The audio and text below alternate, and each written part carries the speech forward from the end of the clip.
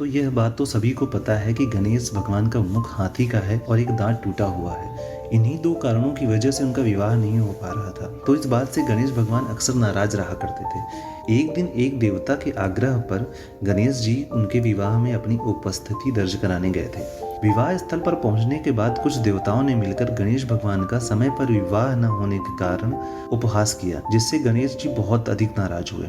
उसी दिन उन्होंने ठान लिया, जब तक मेरा विवाह नहीं होता तब तक मैं किसी भी देवता का विवाह नहीं होने दूंगा।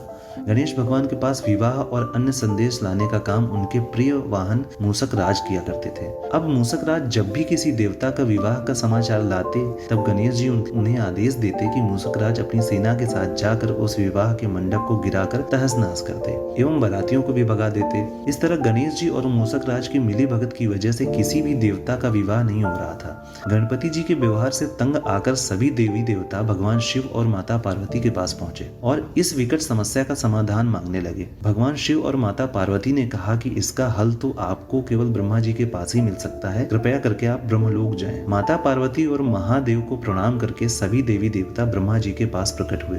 देवताओं की समस्या को ठीक से सुनने के बाद ब्रह्मा जी ने अपनी योग शक्ति से दो कन्याओं का निर्माण किया। कन्याओं का नाम था रिद्धि और सिद्धि। वह दोनों ब्रह्मा जी की ही मानस पुत्रियां थीं। उन्हें लेकर ब्रह्मा जी गणेश महाराज के पास गए और उनसे अपनी पुत्रियों को ज्ञान एवं शिक्षा प्रदान करने का निवेदन करने लगे। ब्रह्मा जी का मान रखने के लिए एकदंत भगवान ने रिद्धि और सिद्धि को शिक्षा देना आरंभ किया। फिर उस दिन के बाद से जब भी मूषक राज किसी विवाह खबर लेकर आते थे, उस वक्त रिद्धि और सिद्धि गणेश जी को अपनी बातों में उलझा कर रखती थी। इस तरह गणेश जी का ध्यान किसी और विषय पर रहता था और दूसरी तरफ देवताओं के विवाह संपन्न हो जाते थे। एक दिन बुद्धि के देवता भगवान गणेश जी को यह बात समझ में आ गई, लेकिन उनके क्रोध में आने से पहले ही ब्रह्मदेव अपनी दोनों पुत्रियों के साथ वहां प्रकट हुए। रिद्धि और सिद्धि को सामने देखते ही गणेश जी का क्रोध बढ़ने लगा, किंतु गणेश जी के मुख से कोई भी शब्द निकलने से पहले ही भगवान ब्रह्मदेव ने कहा कि हे गणेश जी, आपने स्वयं ही मेरी पुत्रियों को दीक्षा दी है और अब मुझे इन दोनों के विवाह योग कोई वर नहीं मिल रहा है। तो अब मुझे इन दोनों से विवाह योग कोई वर नहीं मिल रहा है। मेरी आपसे विनती है कि आप ही रिद्धि और सिद्धि से विवाह करके मुझे धन्य कीजिए। परमपिता ब्रह्मदेव जी की शांत वाणी सुनकर गणेश जी का क्रोध शांत हो गया और वह उस विवाह प्रस्ताव के लिए हंसी खुशी राजी हो गए। विवाह के बाद अपनी दोनों पत्नियों से उन्हें दो पुत्र प्राप्त हुए, जिनका नाम रखा गया शुभ और लाभ। यही थी गणेश भगवान की विवाह की कथा। आपको ये कहानी कैसी लगी आप हमें कमेंट करके जरूर बताइएगा।